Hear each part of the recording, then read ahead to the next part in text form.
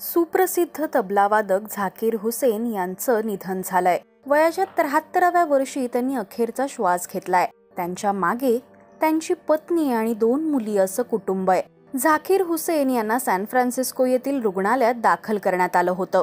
त्यांच्यावर उपचार सुरू होते, तर त्यांची प्रकृती गंभीर आहे असंही कळत होतं। मात्र उपचारादरम्यान त्यांची प्राणज्योत मालवली। गेल्या अनेक वर्षांपासून त्यांचं वास्तव्य अमेरिकेतच होतं। त्यांच्या तबला वादनासाठी ते फारच प्रसिद्ध होते। वडील अल्लाह राखा खान यांच्याकडूनच त्यांनी तबला वादनाचे धडे गिरवले। झाकीर हुसेन यांनी अनेक भारतीय आणि परदेशी चित्रपटांना संगीत दिलंय।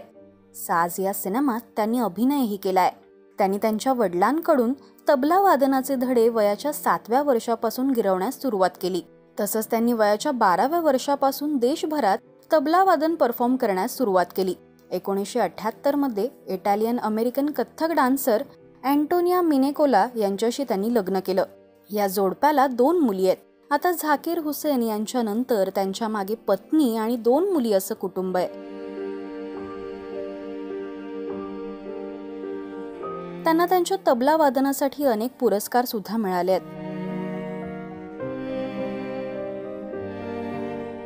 त्यांच्या जाण्याने सगळीकडेच हळहळ व्यक्त केली जाते। संगीत क्षेत्राने एक हरहुन्नरी कलाकार गमावलाय। तबलावादक झाकीर हुसेन यांना राजश्री मराठीकडून भावपूर्ण श्रद्धांजली।